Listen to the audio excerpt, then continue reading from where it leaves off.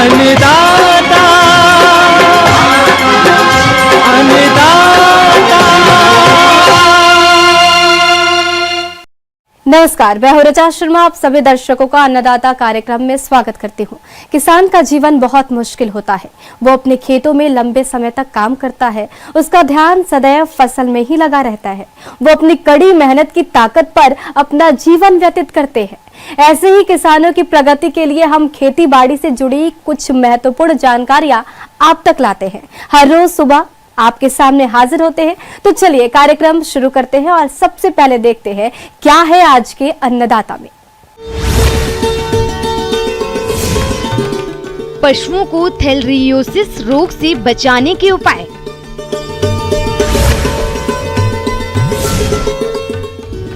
Mushroom की खेती करके कमाएं अच्छी आय।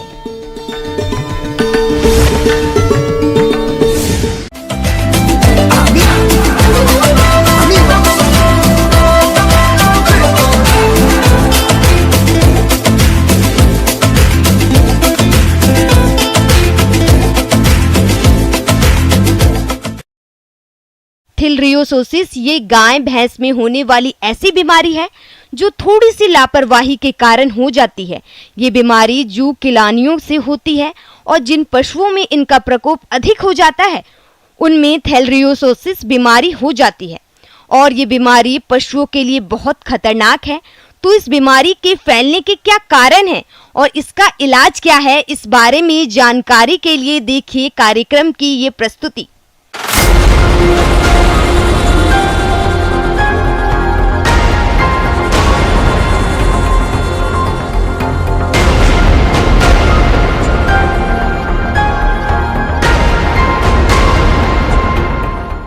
दूध अच्छी सेहत के लिए बहुत जरूरी होता है। लगभग हर घर में इसका उपयोग किसी न किसी रूप में अवश्य होता है। इसी जरूरत को पूरा करने के लिए गाय भैंस का पालन किया जाता है, जिसे शुरू करने में इनकी खरीद और प्रबंधन पर भारी खर्चा आता है। ऐसे में अगर पशु लंबे समय तक बीमार हो जाए या बीमारी से मर जाए तो किसानों का भारी नुकसान हो जाता है। इसलिए इनके सही प्रबंधन के साथ साथ बीमारियों से सुरक्षा का भी ध्यान जरूर रखें। पशुओं में छोटी बड़ी कई बीमारियां आती हैं। उन्हीं में से आज हम बात कर रहे हैं थैलेरियोसिस बीमारी की, जो टिक्स, जिसे आम भाषा में अठई, किलनी या चिचड़ी कहते हैं, के कारण फैलता है। इस बीमारी का सही समय पर उपचार नहीं होने पर पशु मर सकता है। यह बीमारी पशुओं के बच्चों में अधिक होती है क्योंकि वो मां से ही उनमें आ जाती है और बड़े पशुओं में भी होता है और गर्मी के मौसम में ये समस्या अधिक आती है। इस बीमारी के लक्षणों में आंखों से अधिक पानी आना, आंखों की झिल्ली में सूजन, आंखों का सूजकर बाहर आना, सांस लेने में तकलीफ, नाक से श्राव, गोबर के साथ रक्त आना और दस्त की समस्या देखी जाती है। अधिक खतरनाक स्थिति में पशु की मृत्यु भी हो सकती है। इसलिए लक्षण दिखाई देने पर पशु डॉक्टर से बिना देर किए संपर्क करें। सही समय पर उपचार कराने पर आपका पशु जल्द ठीक हो जाएगा। इस बीमारी से बचाव के लिए टीका भी उपलब्ध है। 2 महीने के स्वस्थ बच्चियों को लगवा सकते हैं, जिससे बछड़े इस समस्या से बच जाते हैं। ये टीका महंगा होता है। एक डोज लगभग 500 रुपए में आता है। कुछ जगहों पर पशु चिकित्सालयों में भी फ्री में उपलब्ध है। किसान भाइयों, हम आपको ये बताना चाहेंगे कि टीका लगवाने से बेहतर है पशुओं का सही प्रबंधन करें। जैसा कि यह बीमारी जूं किलनियों से फैलता है, इसलिए पहले इनसे बचाव के लिए जरूरी उपायों को अपनाएं, जिससे ये बीमारी आपके पशु में आए ही नहीं। जहां भी पशुओं का आवास हो वहां साफ सफाई रखें। पशु आवास के आसपास कीटनाशक का छिड़काव करते रहें। पशुओं के शरीर पर जूं किलनियों को लगने मत दीजिए। समय समय पर शरीर पर ब्यूटॉक्स या अन्य दवाओं को लगाते रहें। इसके अलावा इनके लिए कई इंजेक्शन भी आते हैं, जिसे पशु डॉक्टर की सलाह से उपयोग किया जा सकता है। किसान भाइयों, अभी तक आपने खेती से जुड़ी हुई कुछ उपयोगी जानकारियां देखी। अब लेते हैं एक छोटा सा ब्रेक, जल्द ही लौटेंगे और कार्यक्रम में आगे भी है खेती बाड़ी से जुड़ी कुछ महत्वपूर्ण जानकारियां, तो बने रहिए हमारे साथ।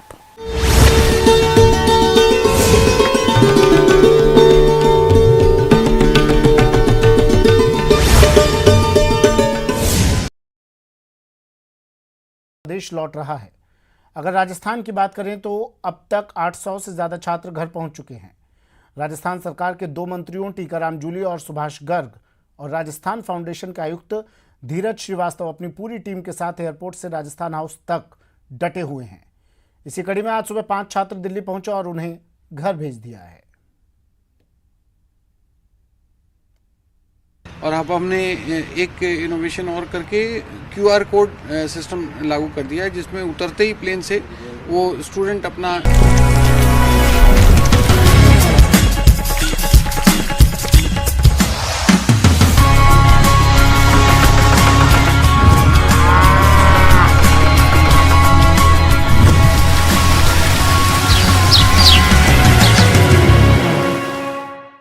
ब्रेक के बाद आप सभी दर्शकों का अन्नदाता में स्वागत है। चलिए अब रुक करते हैं अगली कड़ी की ओर।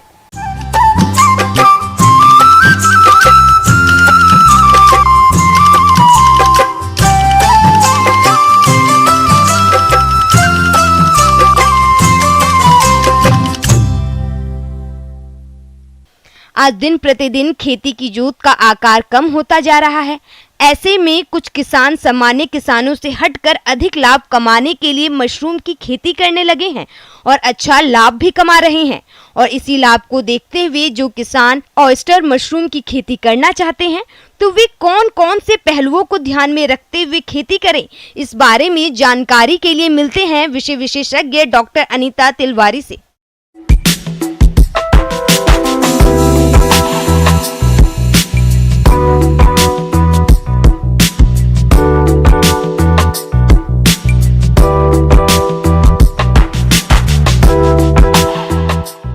किसान भाइयों, जैसे कि हम मशरूम की बात कर रहे हैं तो मशरूम बहुत सारी प्रजातियां हैं जो हमारे इंडिया में उगाई जाती है, लेकिन उसमें जो सबसे महत्वपूर्ण प्रजाति है वो है ऑयस्टर मशरूम का, जिसको आसानी से हम लोग उगा सकते हैं और बहुत ज्यादा तौर पर इसको उगाया जाता है किसानों के द्वारा। पिछले कुछ सालों में भारतीय बाजार में मशरूम की मांग तेजी से बढ़ी है। जिस हिसाब से बाजार में इसकी मांग है उस हिसाब से अभी इसका उत्पादन नहीं हो रहा है। ऐसे में किसान मशरूम की खेती कर अच्छा मुनाफा कमा सकते हैं। आमतौर पर ऑयस्टर मशरूम को भारत में ढिंगरी मशरूम के नाम से जाना जाता है।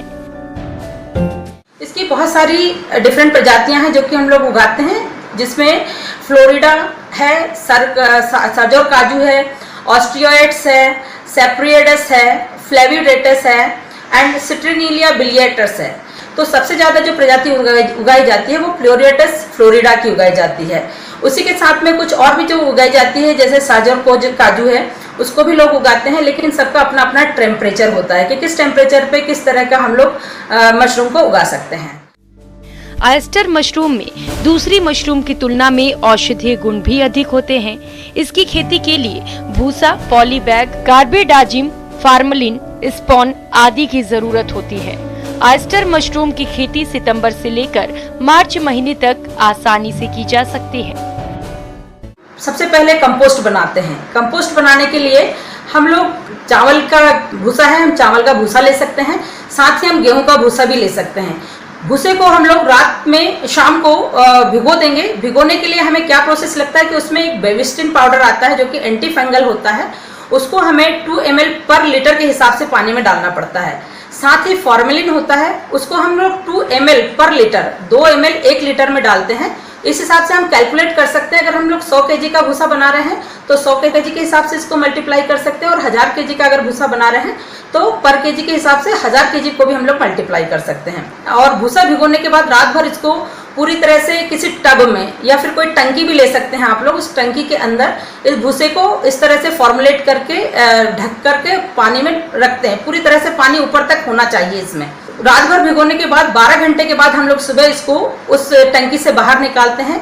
थोड़ा हवा देंगे हम हमारे भूसे को, ताकि ये 60 से 70% इसमें मॉइस्चर बचे। उसका मॉइस्चर हमें देखना पड़ता है कि हवा में हम लोग मुट्ठी में उसको भर के देखेंगे कि मुट्ठी में भरने के बाद उसका पानी ऐसा तो नहीं कि टपक रहा है मुट्ठी से।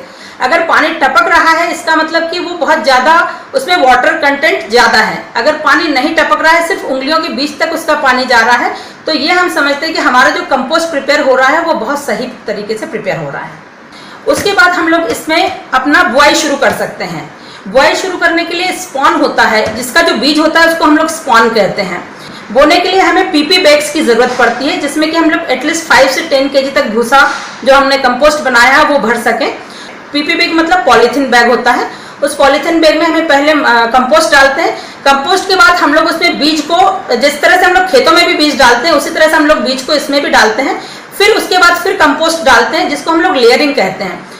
कंपोस्ट डालने के बाद फिर उसमें बीज डाला जाता है चारों तरफ। उसके बाद फिर से एक लेयरिंग की जाती है। इस तरह से हम लोग 5 लेयरिंग करते हैं और पीपी बैग हमारा तैयार हो जाता है। अब हमें इस जो हमारे पॉली बैग्स जिसको हमने बनाया है, बीज बोया है, उस बीज को रखने के लिए हमें रूम प्रिपेयर करना पड़ता है। किसी भी तरह की आप झोपड़ी बना सकते हैं। आपके पास अगर कोई रूम है तो आप उस रूम को भी यूज कर सकते हैं, जिसमें कि आप लोग खिड़कियां दरवाजे बंद रहें, क्योंकि इसको अंधेरे की जरूरत पड़ती है। मशरूम को जब भी हम उगाते हैं तो उन्हें 22 से 28 डिग्री सेंटीग्रेड के बीच में ही उगाया जाता है। सहूलियत के हिसाब से आप लोग झोपड़ी बना सकते हैं, लेकिन उस झोपड़ी को स्टेराइल करना पड़ता है। स्टेराइल मतलब कि उसमें से जो भी कंटेमिनेंट्स रहते हैं, जैसे फंगस भी हो सकती है, कीट भी हो सकते हैं, इंसेक्ट्स भी हो सकते हैं, उन्हें हमें खत्म करना रहता है। तो हमें फॉर्मेलिन का जो घोल होता है 2 ml पर लीटर के हिसाब से, उस फॉर्मेलिन के घोल को पूरे रूम में छिड़काव करना पड़ता है, जिससे कि जो भी कीट होंगे, फंगस होगी, जो भी डिसीज लगने वाली होगी, वो सब कुछ खत्म हो जाएगा। तो इस तरह से हम अपना पहले रूम तैयार करेंगे, रूम में रखते हैं। उसके पहले हमें जो पीपी बैग हमने बनाए हैं उसमें थोड़े होल करने पड़ते हैं, छेद करने पड़ते हैं। जैसे अगर आपका 10 केजी का पीपी बैग आपने बनाया है तो कम से कम आप उसमें 8 से 10 होल्स कर दीजिए। इसके बाद पॉलीथीन बैगों को 10 से 12 दिन के लिए मशरूम गृह में रस्सी के माध्यम से लटका दिया जाता है और जब भूसा पूरी तरह से सफेद हो जाता है तो पॉलीथीन को ब्लेड की सहायता से काटकर निकाल दिया जाता है। जब भी हम मशरूम लगाते हैं, ऑयस्टर मशरूम की अगर हम बात करते हैं तो उसमें कार्बन डाइऑक्साइड का अमाउंट बढ़ जाता है अंदर। तो उस कार्बन डाइऑक्साइड के अमाउंट को भी हमें मेंटेन करना पड़ता है। तो उसके लिए हमें सुबह एटलीस्ट 5 मिनट्स के लिए और शाम को 5 मिनट्स के लिए दरवाजों को और खिड़कियों को खोलना चाहिए। 7 दिन के बाद अगर हमें ऐसा लगता है कि ऊपर का जो भूसा है वो सूखने लगा है, हमारे जो कंपोस्ट है सूखने लगा है, तो आपको जिस तरह से आप लोग खेतों में जो यंत्र होता है जिसमें कि आप लोग पेस्टिसाइड्स वगैरह का छिड़काव करते हैं, उस तरह के यंत्र से आप पानी का छिड़काव उसमें कर सकते हैं। बहुत ज़्यादा पानी नहीं देना चाहिए, केवल एक छिड़काव कि उसमें एक नमी बनी रहे, बस वही हमें देखना है। अंदर नमी बनी रहती है, सिर्फ ऊपर का नमी आपको मेंटेन करना है। और 14 से 15 दिन के बीच में आपके पिनहेड्स आने शुरू हो जाते हैं और महीने भर में हमारी फसल आना तैयार हो जाती है। जो हमारा फ्रूट आ गया है, जो हमारा मशरूम आ गया है, उसकी तुड़ाई किस तरह से की जाए, क्योंकि क्या होता है बहुत बार लोग ना सीधे खींच लेते हैं। अगर वो सीधे खींच लेते हैं तो उसी में सेकंड टाइम आना बहुत मुश्किल हो जाता है मशरूम का। तो उसको तोड़ने का सबसे आसान तरीका है कि आप उसको, जो आपका फ्लावर आया है उसका, मशरूम का पूरा पिनहेड के बाद में जो फ्लावर आया है उसको पूरी तरह से धीरे से घुमाएं और घुमाने के बाद आप उसको तोड़ें। तो उससे क्या होगा कि उसको अंदर नुकसान नहीं होगा और दूसरी बार फिर से उसी मशरूम की फसल आ जाएगी, जिससे कि आपको बहुत अच्छा लाभ मिले। आगे और भी है खेती बाड़ी से जुड़ी बहुत सी रोचक जानकारियां, पर यहाँ पर रुकेंगे एक और ब्रेक के लिए, जल्द हाजिर होते हैं।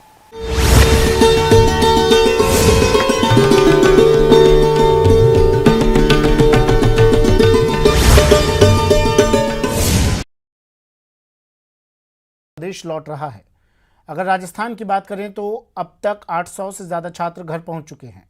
राजस्थान सरकार के 2 मंत्रियों टीकाराम जूली और सुभाष गर्ग और राजस्थान फाउंडेशन के आयुक्त धीरज श्रीवास्तव अपनी पूरी टीम के साथ एयरपोर्ट से राजस्थान हाउस तक डटे हुए हैं।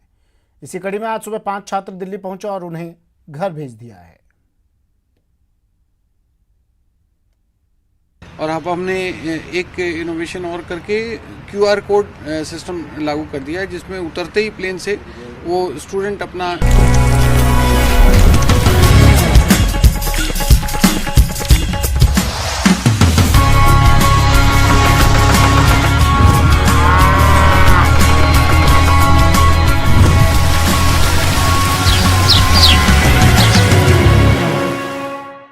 ब्रेक के बाद एक बार फिर से आप सभी दर्शकों का अन्नदाता कार्यक्रम में स्वागत है। बढ़ते हैं अगली प्रस्तुति की ओर।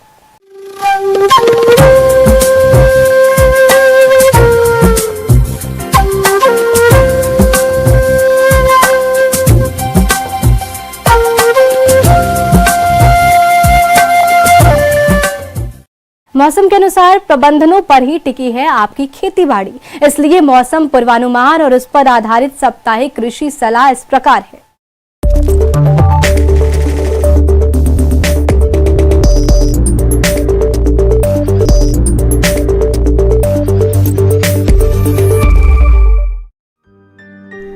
ग्रामीण कृषि मौसम सेवा, मौसम पूर्वानुमान एवं कृषि सलाह जयपुर द्वारा भेजे गए मौसम पूर्वानुमान रिपोर्ट के आधार पर इन क्षेत्रों के किसान भाइयों को सलाह दी जाती है कि कोरोना के गंभीर फैलाव को देखते हुए किसान भाई सरकार की सलाह का सख्ती से पालन करें और स्वयं की उचित देखभाल, व्यक्तिगत स्वच्छता, मास्क का उपयोग, साबुन से उचित अंतराल पर हाथ धोने और एक दूसरे से सामाजिक दूरी बनाए रखने पर विशेष ध्यान दें। किसानों को सलाह दी जाती है कि अगेती बुआई वाली चना फसल की परिपक्वता अवस्था में कटाई करें और सुरक्षित स्थान पर रखें। कद्दू वर्गीय कुल की ग्रीष्मकालीन सब्जियों के लेने के इच्छुक किसान भाई इनकी बुआई करें। कद्दू वर्गीय सब्जियों में तुरई, खीरा, लौकी, कद्दू, करेला, भिंडी, तरबूज, खरबूज, टिंडा, ककड़ी आदि फसलें आदि हैं। कद्दू की उन्नतशील किस्मों में पूसा विश्वास, पूसा अलंकार, अर्का चंदन। टिंडा की उन्नत किस्मों में बीकानेर ग्रीन, दिल पसंद, टिंडा लुधियाना, अर्का टिंडा। ककड़ी की उन्नत किस्मों में अर्का शीतल का चयन कर सकते हैं। चिकनी तुरई की उन्नत किस्मों में पूसा चिकनी, सिलेक्शन 99। धारीदार तुरई की उन्नत किस्मों में पूसा नसदार का चयन कर सकते हैं।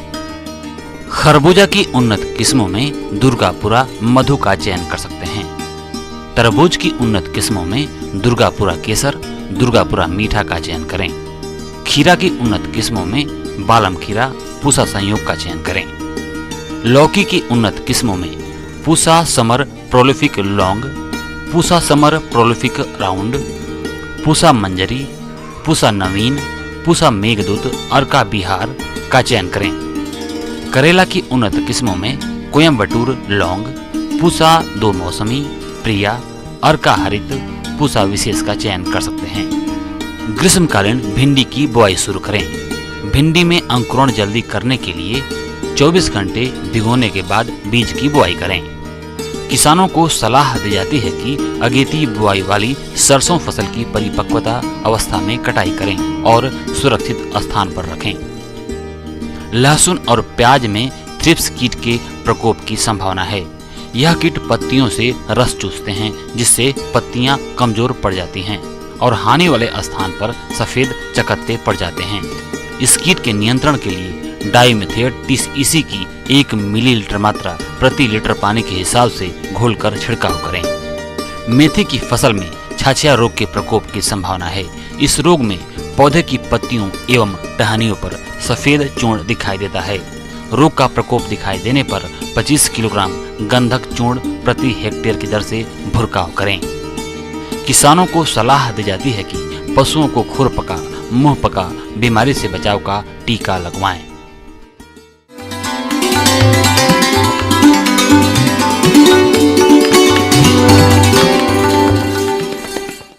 अन्नदाता हेल्पलाइन निःशुल्क फोन संपर्क सेवा के माध्यम से आपके द्वारा पूछे गए प्रश्नों में से 1 या 2 महत्वपूर्ण प्रश्न को हम अपने कार्यक्रम में शामिल करते हैं। इसी के तहत आज का चयनित प्रश्न और उसका जवाब इस प्रकार है। अन्नदाता कार्यक्रम में आज जो प्रश्न हमने शामिल किया है उसे पूछा है गांव लोहरा, जिला श्री गंगानगर से मनोज धाकड़ ने। आप गन्ने की पीढ़ी फसल के प्रबंधन के बारे में जानकारी चाहते हैं, तो मनोज धाकड़ जी आपकी जानकारी के लिए देखिए कार्यक्रम का यह अंश।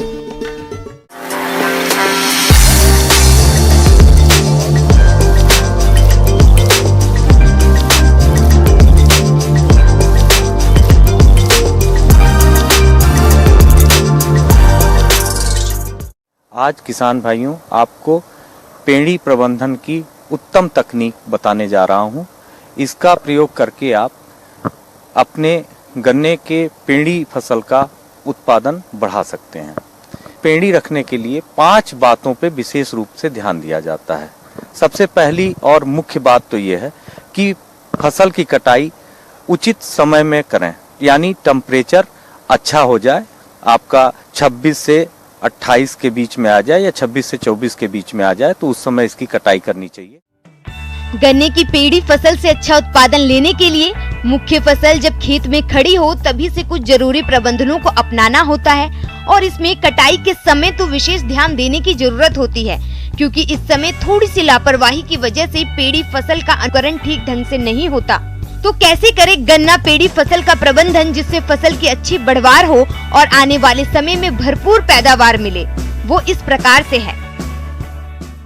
आपको पूरी तरह से ये ध्यान देना है कि इसके जो ये कल्ले हैं ये नीचे से निकलेंगे, तो ये जमीन की सतह से इसकी कटाई की जाए। जमीन की सतह से हमारा अर्थ ये है कि इसमें कोई भी ठूंठ छूटे ना, और जैसे ही ये कटाई होता जाए इस पे हम 20 ml इथोफोन 100 लीटर पानी में घोल बना के इनके कटे हुए भागों पे स्प्रे कर दें। स्प्रे करने के बाद हम इसको जो है कुछ नहीं करेंगे। इसके बाद इसका दूसरा काम होता है कि इसमें हम इनके किनारे इसकी गुड़ाई कर दें। गुड़ाई करने के बाद हम पौधों के आवश्यक पोषक तत्वों को डालें। 1 हेक्टेयर के लिए 180 किलोग्राम नाइट्रोजन, इसके साथ ही साथ 80 किलोग्राम फास्फोरस और इसके साथ ही साथ पोटास 60 किलोग्राम और सल्फर 30 किलोग्राम अवश्य डालें, क्योंकि ये ही पौधों के आवश्यक पोषक तत्व हैं। फसल को पोषक तत्व अगर आप उचित मात्रा में नहीं देंगे तो उनका फुटाव या उनका उत्पादन घट जाएगा। तो पोषक तत्वों को हम डाल दें जिनकी कमी अब देखने में आई है, और 4 पोषक तत्व तो मुख्य रूप से है ही हैं, इनको तो आप डालें ही डालें। डालने के बाद हल्की सी सिंचाई कर दें। हल्की सी सिंचाई करने के बाद हम इनके बीच के स्थानों की एक बार गुड़ाई कर दें। जो सूखी पत्तियां इनकी निकली हुई है उसको खेत से बाहर ले जाएं, बाहर रख दें। बाहर रखने के उपरांत फिर इनको हम जब गुड़ाई कर लें तो एकांतर रूप से एक नाली को छोड़ के दूसरी नाली में उनका बिछा दें, ताकि उसमें खरपतवार का प्रकोप न होने पावे।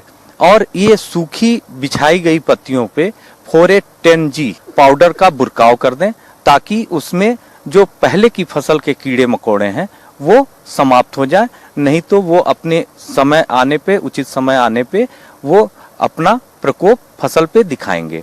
और इसके साथ ही साथ हमको एक सबसे बड़ा जो काम करना है वो ये है कि इसको कुछ दिन के बाद हमको पता चल जाएगा कि हमारी गैप कहाँ कहाँ है, यानी एक क्लम से दूसरे क्लम के बीच में ज्यादा स्थान ना होने पावे। इसके लिए हमको क्या करना है कि किनारे से ही एक नाली को ले लेंगे और इसके ही क्लम को पूरा उखाड़ के खाली स्थानों की भराई करेंगे। नए कल्लों से उसकी कोई भी वो न करें, यानी टुकड़े काट के बुआई न करें, क्लम्प ही उखाड़ के ले जाके उस गैप को भर दें। इस प्रकार आपका एक तरफ खेत थोड़ा खाली हो जाएगा जो दूसरी फसलों में प्रयोग किया जाएगा, और ये आपका पूरी तरह से खेत भर जाएगा और पौधे गन्ने की अपेक्षा आपको उत्पादन ज्यादा प्राप्त होगा। किसान भाइयों, आज के समय में गन्ना की फसल भी कीट रोगों के प्रकोप से अछूती नहीं है। ऐसे में फसल की निगरानी समय समय पर करते रहें और जरूरत के अनुसार कीट रोग नियंत्रण के उचित उपायों को समय पर अपनाएं। इसके बाद जब आपका फसल थोड़ा बड़ा हो जाए, यानी आप कह लीजिए कि 8 से 10 पत्तियों को हो जाए, तो इस पे हमको एक स्प्रे भी करना जरूरी होता है, क्योंकि पौधों में पत्तियों के रस चूसक कीट जैसे पायरिल्ला है, ब्लैक बग है, ये भी लगते हैं, इनका भी प्रकोप होता रहता है। तो इसके रोकथाम के लिए आपको 400 ml क्लोरोपारीफास दवा 400 लीटर पानी में घोल बना के 1 एकड़ के क्षेत्रफल में इसका स्प्रे भी कराना आवश्यक होता है। इसके साथ ही साथ जब थोड़ी फसल और भी बड़ी हो जाए, यानी आप कह लें कि जून के अंतिम सप्ताह में या 15 जून के बाद, आप इसमें कोराजन दवा 150 ml 400 लीटर पानी में घोल बना के पौधों की जड़ों के पास ड्रंचिंग करा दें। ड्रंचिंग का मतलब ये है कि नोजिल जो स्प्रे मशीन